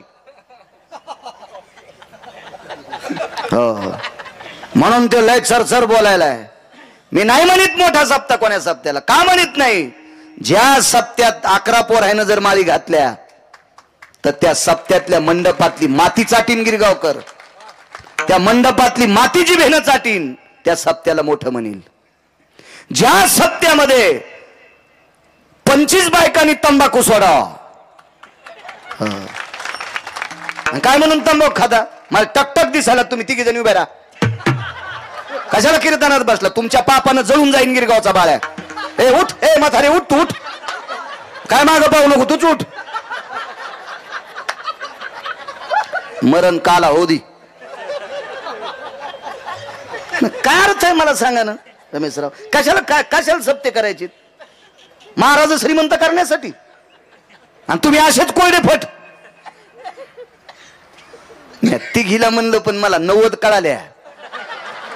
त्या एकूण ती दुसरीनं गुच्चा द्याला, तू बी खातीस ना. ती म्हणली तू नाहीच खात का? मला तितक्यात ओळखू आल्या, पटापटा पटापटा पटा लक्षात आल्या. जी म्हातारी तंबाखू खाती का, तिच्या मांडीवर सुनानं पप्या द्यायचा नाही. द्यायचा नाही, द्यायचा नाही. कारण लहानपणामध्ये त्या व्यसनाच्या वासानं याला कालांतराने व्यसन लागल. देऊ नकोस, देऊ नको. लय बेकार तंबाखू. 90,000ला मसड आणली मी. 90,000ला. मी ओरिजिनल शेतकरी माणूस आहे. मला दुधाची मसड, दुधाची गाय, चांगला बैल कळू. तुम्ही चांदणीचा बैल घेत नाही, साळी कुटणारा घेत नाही, फिरून कापसाच्या मुंडक्यावर पावलं टाकू. तुम्ही येडपडे का कसली बी करायला शेती? नंबर 1 जोड घेत असतो पद्धतशीर उगा. मसड घेतली मी 90,000ची. आणि त्या म्हशीचं शेण आणायला आमच्या गावातली म्हातारी गेली. ती रातच्या झोपताना तंबाखू इथं टाकीत होती. आणि ती तसाच तंबाखूचा गोळा घेऊन कोठ्यात गेली. आमच्या म्हशीनं पुन्हा नाही दूध दिलं. मी 19 डॉक्टर आणले. मी म्हणलं मसड पाना कस काय चोरायली? म्हणले तुमच्या गावात एखादी बाई एका रातच्या तंबाखू खाऊन झोपती. मी म्हणलं शेजारीच राहती. मग तिच्या वासानच म्हशीनं पाना चोरलाय. मग मसड जर रातच्या तंबाखू खाणाऱ्याच्या थोत्राचा वास घेतल्यावर पाना चोरीत असेल, तर लहान लेकराला किती त्रास होत असेल. अंतिके मंजुळे जरा वाटू देईन तुला काही करणं तंबाखू बंद. आणि तंबाखून जर तू पोट भरत असेल तर पोतच देतो तुला. चपात्या खाऊच नको, तंबाखूच खाय. काय कशाला करायचे सप्ते मला सांगा तुम्ही? हावभाव आहे. तुम्ही विटेवरच्या मालकाच्या दर्शनाकरता रांगेत जा. नालायक माणसानं ठोकू नये म्हणून कोपऱ्यात पांडुरंगाचं चित्र काढलंय. तुम्ही दर्शन मंडप बघा कधी कधीतरी, कोपऱ्यात पांडुरंगाचं चित्र काढलंय. आपली हलकट दर्शनाला गेल्यावर पण घुटके खाऊन थुकत येत. मधात नेऊनी म्हणून घुटके तंबाखू उपसून घ्यालेत. कुठलं पुण्य आले देव जाणे. आम्ही एकदा तिरुपतीला गेलोत. तिरुपतीला जाताना खालीच सगळे ते बिड्या काड्याचं ठिसकून घेतल्या. आमच्या इथल्या पोरानं एअर किन्नर मध्ये तोटा नेला. आम्ही जी गाडी नेलती का त्या एअर किन्नरच्या बॉक्स मध्येच घातला तोटा. ते बॉक्सच घातला. मी म्हणलं आगावच काम बाबा. तिरुपतीला पण कळणार नाही गिरगावच्या पोराला इतकं डोकं दिलंच कुठून. एअर किन्नरच्या बॉक्स मध्ये घातला त्यानं ते तोट्याचं. काय माणसं झाली. म्हणून त्या कोपऱ्यात ठोकू नये म्हणून जगाच्या मालकाचं चित्र काढो. तिथं पण लाजा नाहीत आपल्या लोकांना. कोणतीही मस्जिद जाऊन बघा, जर तुम्हाला काड्याच्या पेटीची काडी आणि बिडीचं धुंडूक सापडलं तर जीवनभर मी कीर्तन करणार नाही. हो, आणि तुम्ही त्याच्यासाठी टाळ्या वाजवायला नाही का? तुमचे मंदिर असेच नालायकाला पते खेळण्यासाठी. हा, सुधरा राजीव, सुधरा सुधरा.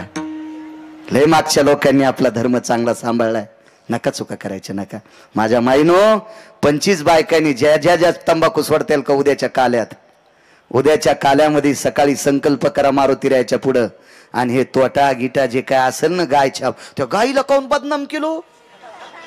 त्या तंबाखूच्या पुडीवर गाय छाप, रावण छाप नाव द्यायला पाहिजे होतं त्या पुडीला. कशाला गाईला बदनाम केलं? काय काय लोक कशाला नाव देतील काय मिळत नाही. नका करी जाऊ. 25 बायकाने तंबाखू सोडली तर तुमचा पांढरी पिंपळगावचा सप्ता सफल झाला. 11 पोर आहे ना उद्या काल्याच्या कीर्तनात महाराजांच्या हातानं माळ घाला. 11च पोर आहे ना, 12 नका घालू उग गाव उलथन. हो, फक्त 11 पोरांनी घाला. झाला सप्ता सफल झाला.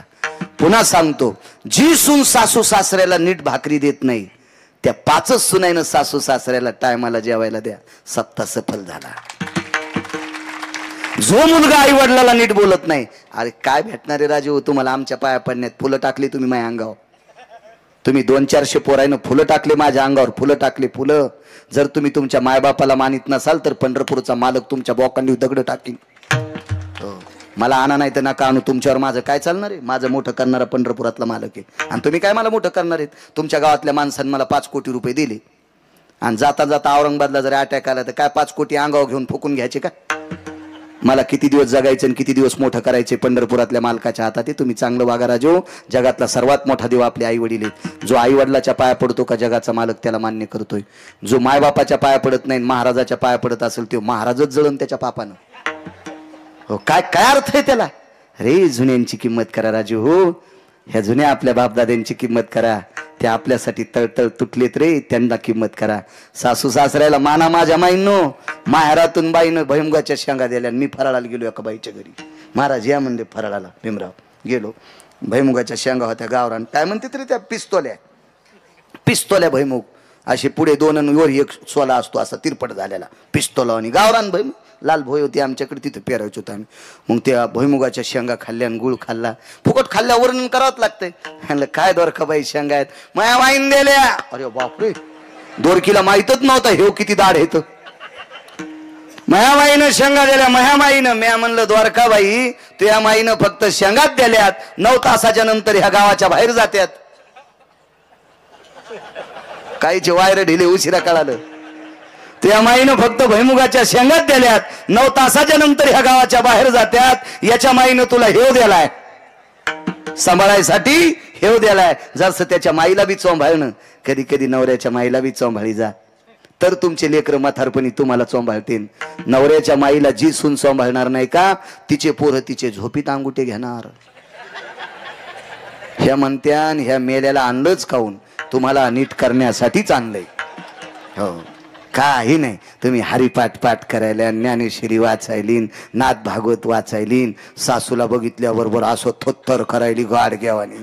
काय तू तुळस खाल्लीस तर काय उपयोग घेतो? हा, काय काय अर्थ आहे का त्या गोष्टीला? अहो, चांगलं वागण्याला किंमत असते, बाकी नाही काही किंमत. असो, जाऊ द्या. काय सांगू लागलो? पोट आवडलं. 18 विश्व दारिद्र्यातला एक प्रकार. पोट आवडलं. पोट आलो नाही इथपर्यंत. आणि मग दोघं जण बसलेत. बाईनं सांगितलं, मालक कसं व्हायचं, काय करू नकोस. बालपणातला माझा मित्र, त्या मित्राचं नाव जगदानंद कंद जगतपती द्वारकाधीश कृष्ण परमात्मा. तू काळजी करू नको, त्याचं गुण गात राह. त्याच्या गुण गाण्याची ताकद आहे का? पंढरपुरातल्या मालकाचं गुण गायलं. 3च कारण ऐकले तुम्ही. पिठाच्या गाडग्यात पाणी टाकून उकळून आंबील पेली 1, मिठाच्या खड्याचं पाणी चाटलं 2, पुन्हा खाण्यासाठी काहीच नाही म्हणून धोत्राच्या दशीनं पोट आवळलं 3. पुन्हा राहिलेल्या 4 गोष्टी पुन्हा कधी बघू दुसऱ्या कीर्तनात. इतक्या परिस्थितीत संसार करणारा व्यक्ती पंढरपुरातल्या मालकाचं गुण गायलं. गुण आणि गुण गात त्याच्या भेटी करता गेला. काय? पोह्याचा चुरा घेऊन. आमचे एक मित्र भागवतकार आहेत, ते म्हणले आता ऐका बरं का. आणि काय सुदामदेव पोहे घेऊन गेले बरं का. आणि काय त्या पोह्याला चव होती बरं का. आणि देवाच्या बायकोला तसे चविष्ट पोहे करताच येत नव्हते बरं का. आणि काय त्या पोह्यामध्ये चव होती. त्या चवीला पंढरपुरातला मालक बोलला बरं का. आणि मग सुदाम देवाला सोन्याचं गाव दिलं. माणसं मर्तेंद्र सुंबळ्या वाचून सांगत आहे भागवत. पोहे हे निमित्त शुद्ध भाव देखून या. भाव शुद्ध होता आणि शुद्ध भावाने विटेवरच्या मालकाचं गुण गायलं. गाव सोन्याचं केलं. अर्बूज क्विंटल सोनं उरलं. किती टनाचा एक अर्बूज सांगता येईल का? एखादा सीए ची परीक्षा देणार आहे का इथं? चार्टेड अकाउंटंट किती टन टाकल्या एक अर्बूज? खर्व, निखर्व, पर्व, भयस्ती, भयाम, मंगलम, आसुडी, आस्तु, खलयम, पर्वणी, गत्वम, सांख्यम, नियम, तुल्यम. काय नाही सांगतायत? बरा तुमच्यापेक्षा गिरगावचा बाळ्या 7वी शिकलेला. एकावर 18 शून्य असल्यावर पिवळे कपडे सगळे, बाकी कोणी कॉपी करायची नाही. एकावर 18 शून्य दिल्यावर त्याला काय म्हणतात? अरे राजे हो, त्याला शंखू म्हणतात. विठाला विठाला विठाला विठाला विठाला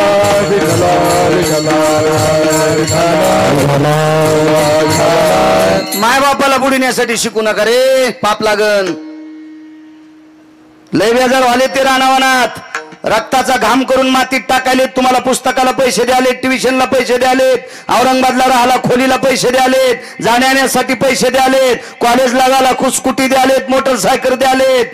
त्याने दिलेल्या पैशावर माती टाकू नका. जरा शिका. शंकू म्हणतात त्याला. अर्बूज क्विंटल सोनं शिल्लक राहिलं.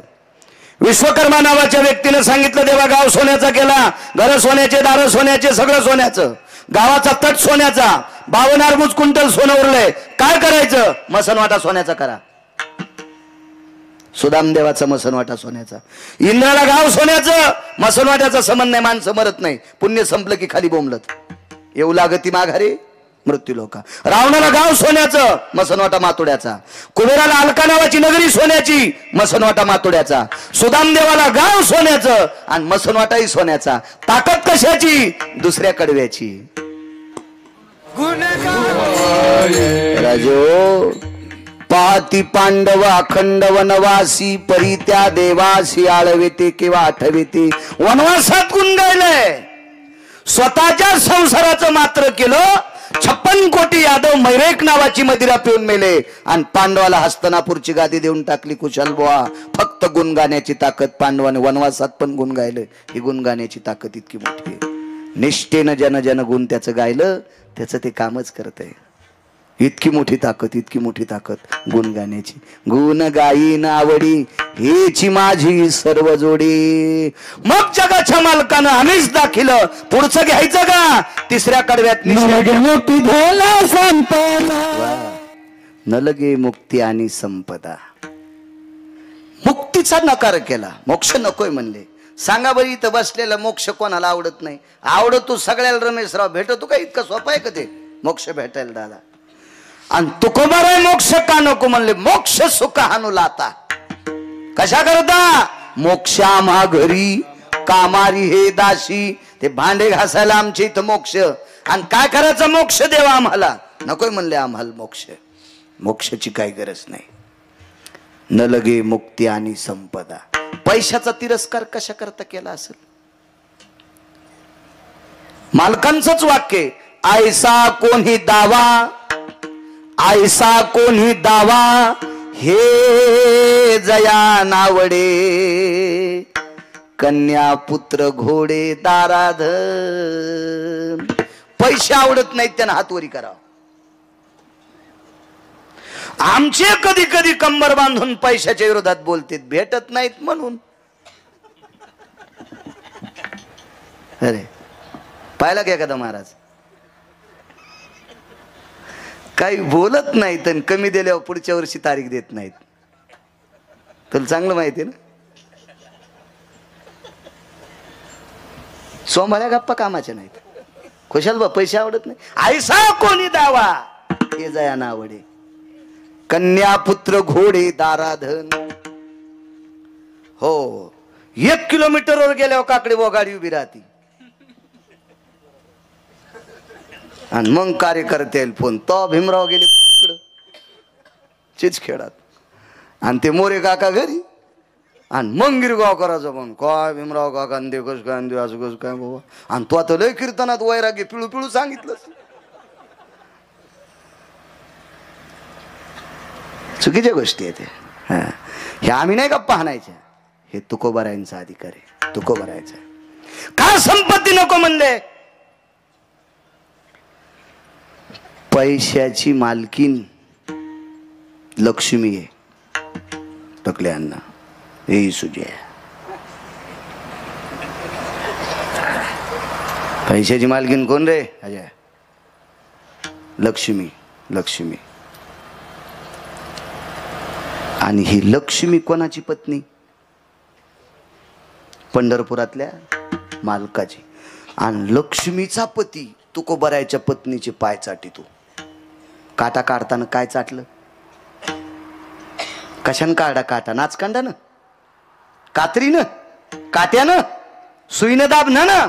दंताभयस्थितेषु ओष्टाम्रसनस्थितो पदांबुज भयस्थितं चरणरजाति जायते नैवं गांजा कसम लिखितम. हे का गिरगावकरानं लिहिलंय का गांजा फुक्यानं लिहिलंय का त्या नालायकानं? महाराज, ज्या तुकोबारायच्या पत्नीच्या पायाची माती लक्ष्मीचा पती चाटतोय, ते तुकोबाराय लक्ष्मी कशाला मागतील? काय गरज आहे? याच्या पलीकडे सांगू का? तुकोबाराय कोण आहेत? कोण कोण कोण?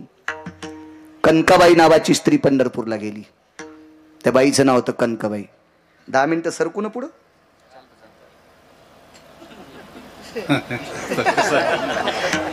चालतंय म्हणते ते. कनकाबाई नावाच्या स्त्री पंढरपूरला गेल्या आणि मालकाचं दर्शन घेतल्याबरोबर विटेवरच्या मालकाच्या मुखारिंदूतून आवाज आला, कनकाई. तर बाईच्या लक्षात आलं पुढचा माणूस मला नुसता आई म्हणील, पण मग नाव त्याला माहित नाही. आणि मागचा कनका म्हणील, पण आई कसा म्हणील? मागचा पती होता, त्या पतीचं नाव बोलोबा. मग नवरा कनका म्हणील, आई कसा म्हणील? संभ्रमात पडल्यान मालकाला विचारलं, मला कनकाई कोण म्हणतंय? तेच म्हणतंय. ते म्हणजे कोण? विटेवरचा मालक. काय देवा हे माय, मागणं काहीतरी, मागणं मागणं. कनकाबाई म्हणल्या, देवा मागायचंच नाही. देवानं सांगितलं, माय तुला महिषपती काहीतरी माग. कनकाबाईला काय म्हणला विटेवरचा मालक? कनकाई तुला माई शपथ आहे, काहीतरी माग. तर आई साहेबाला वाटलं देवाची शपथ कशी मोडायची, माग ते देशील का? हो.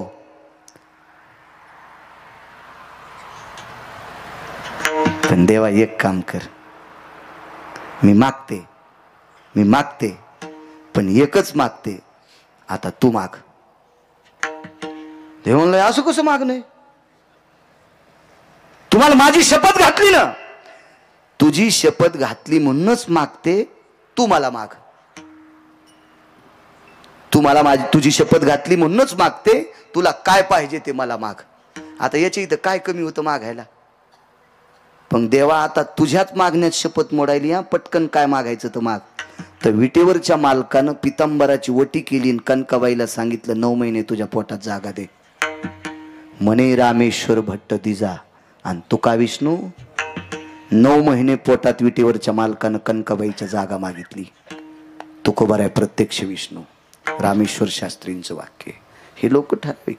भानुदासाचे कुळी महाविष्णूचा अवतार, महाविष्णूचा अवतार सखा माझा ज्ञानेश्वर, म्हणे रामेश्वर भट्ट दिजान तुका विष्णू. महाराज तुकोबाराय म्हणले, देवा ज्या बाईनं तुला भीक मागायला लावलं त्या बाईचा मी मुलगा आहे, मी तुला कशाला पैसे मागू, मी कशाला तुला पैसे मागू. न लगे मुक्ती आणि संपदा पाहिजे काय, संत संग दे सदा. कशा करता संताची, संतांच्या संगतीत किती फायदा होतो हे लय आमचं टोक आहे. अलीकडे ऐक, संतांच्या जवळ गेल्याच्या नंतर त्यांच्या पायाला चिटकलेली माती जर अंगावर पडली तर त्या मातीच्या कणात इतकी ताकद आहे, वासनेचे बीज जळून जाय. आणि वासना इतकी इतकी इतकी वाईट आहे, पहा त्या रावणा काय झाले वासनेमुळं. इंद्रा पडले भगचंद्र झाला काळा, नारद चुकला चाला भजनाचा. इतकी वासना विचित्र, इतकी वासना विचित्र. महाराज ब्रह्मदेवाला सुद्धा मृत्यू लोकात अपूज्यता आली. पुष्कर जर सोडून दिलं तर जगात कुठं मंदिर नाही, वासनेमुळं. इतका विचित्र काम. पाराशर नावाच्या साधून दुपारची रात्र केली, पाण्यातली नाव आकाशात नेली. एवढी मोठी ताकद, एवढी मोठी ताकद पाराशराची. पण पाहत्या वासनेनं काय केले, इतकी बेकार वासना. संतांच्या पायाला चिटकलेल्या मातीनं वासना जळून जाती. मग संतांच्या पायाच्या रजकणात इतकी ताकद आहे तर संतात किती ताकद असेल. संत संग दे सदा, ही मागणी माझ्या श्रीमंत श्री जगद्गुरु तुकोबारायांची आहे. राजे हो, मोठ्या श्रद्धेने चालत असलेला सप्ताह. 2 चिठ्ठ्या आहेत माझ्याकडं, 5-5 मिनिटावर त्याच्यातला ऐका. महाराज गुण गायलं माझ्या चोखोबारायांनी देवाचं. त्या गुण गाण्याची ताकद इतकी होती, स्वर्गामध्ये 5 प्रकारचं अमृत खराब झालं इंद्राच्या चुकीनं. 222 पद एकाच मंत्र्याला होते, 222 पद एकाच मंत्र्याला. त्या मंत्र्याचं नाव अमरपुरीचा राजा इंद्र. यानं एक चूक केल्यामुळं स्वर्गातलं 5 प्रकारचं अमृत खराब झालं. हे अमृत शुद्ध करण्यासाठी जगातला कुठलाही पर्याय सिद्ध झाला नाही. तो एकच पर्याय सिद्ध, जम्बूद्वीपामध्ये पंढरपूर नावाचं गाव. या पंढरपूर नावाच्या गावामध्ये बाजूला मंगळवेढा नावाचं गाव, आणि त्या मंगळवेढ्यामध्ये चोखोबाराय नावाचे संत होते. या संतांनी रामकृष्ण नामाचं गुण गायल्याच्या नंतर स्वर्गातला अमृत शुद्ध व्हावा, ही ज्यांच्या गुण गाण्यातली ताकद आहे ते चोखोबाराय. त्या चोखोबारायांचं मंदिर मेहुणा राजाला आता व्हायले. शासनानं बऱ्यापैकी निधी दिला, पण तिथलं प्रशासन थोडंसं मदत करत नाही. खालचं प्रशासन ते मंदिर करण्यासाठी गुरुवर्य नामनिष्ठ सद्गुरू पाचपोर महाराज असीम प्रयत्न करतात. महाराष्ट्राच्या मातीमध्ये 2503 गोशाळेला 2503 गोशाळेला ज्या महात्म्याने कीर्तनाचा आणि रामायणाचा निधी त्या गोशाळेपर्यंत पोहोचतो, अशा महाराष्ट्राच्या मातीतला वारकरी आदरणीय सद्गुरू पाचपोर महाराज. आतापर्यंत 450 मंदिराचा जीर्णोद्धार, 450 मंदिराचा जीर्णोद्धार ज्या साधूच्या हाताने होतोय, त्या साधूनं वारसा घेतला, वसा घेतला. आदरणीय पाचपोर बाबांनी चोखोबारायचं मंदिर करायचं. सध्या आता भंडाऱ्या डोंगरावर 125 कोटी रुपयाचं मंदिर व्हायलंय, 125 कोटी रुपयाचं मंदिर तुकोबारायचं व्हायलंय. तुकोबारायचं पंकजजी महाराज त्याचे फार मोठे फार श्रम घ्यायलेत. पंकज महाराज म्हणून आहेत, फार श्रम घ्यायलेत. कधी कधी देहूला जर गेले तर आपल्या खिशाला हात लावून आपल्या खिशातले 4-2 रुपये भंडाऱ्या वरी डोंगरावर जे मंदिर व्हायलंय का, त्या मंदिरामध्ये 8 आणे 4 आण्याची पावती फाडा. वरी गेल्यावर सांगता येईल आपल्या पूर्वजांना की आम्ही तुकोबारायचा भंडाऱ्या डोंगरावरचा कळस पाहून आलोत. ते मंदिर 125 कोटी रुपयाचं, तसं 250-300 कोटी रुपयाचं मंदिर होईल तिथं. इतकी मोठी व्याप्ती आहे. ते पंकज महाराज फार बेजार व्हायलेत, फार बेजार. त्या महात्म्याला प्रणाम. आणि इकडं मेहुणा राजा नावाचं गाव आहे विदर्भामध्ये. त्या मेहुणा राजा नावाच्या गावामध्ये चोखोबारायचं मंदिर फार मोठं करण्याचा मानस पाचपोर बाबांचा आहे. ते मंदिर व्हावं याच्यासाठी सुद्धा निष्ठावंत वारकऱ्यांचे आशीर्वाद सहकार्य असावा असो. आणि या सद्गुरू पाचपोर महाराजांचं, आपलं सद्गुरू चोखोबारायांच्या मूर्ती प्राण प्रतिष्ठा ठिकाण कुठे, इसरूळ नावाचं गाव. इथे एक चोखोबारायचं मंदिर केलं आणि तिथे मूर्तीची प्राण प्रतिष्ठा. त्या कार्यक्रमाचा अवधी 5 ते 13 पर्यंत सप्ताह आहे. या सप्त्याचं आयोजन केलं आदरणीय महाराष्ट्राच्या मातीमध्ये. कमी वयामध्ये एका तारुण्याच्या अशेवर गोड ज्यांचं वाणीवर प्रभुत्व आहे, ज्यांचा आवाजाचा असा सुरेल कोकिळकंठी आवाज आहे, असे आदरणीय हरिभक्तीपरायण पुरुषोत्तमजी महाराज पाटील त्यांनी या सप्ताहाचं आयोजन केलं. आणि तिथे चोखोबारायच्या मूर्तीची प्राणप्रतिष्ठा आहे.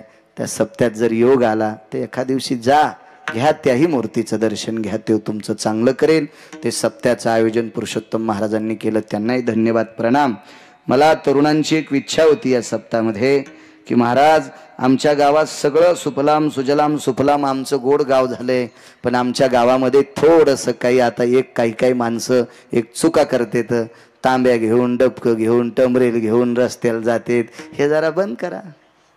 आता हे कीर्तनात बोलायचं स्टेज आहे नाही असं नाही म्हणता येणार. स्वच्छतेच्या बाबतीत कीर्तनात सांगितलं तर काय वावगं थोडं ठरेल. 10,000 वर्षापूर्वी त्रेतायुगात स्वच्छतेचा सल्ला दिला माझ्या शबरी मातेनं.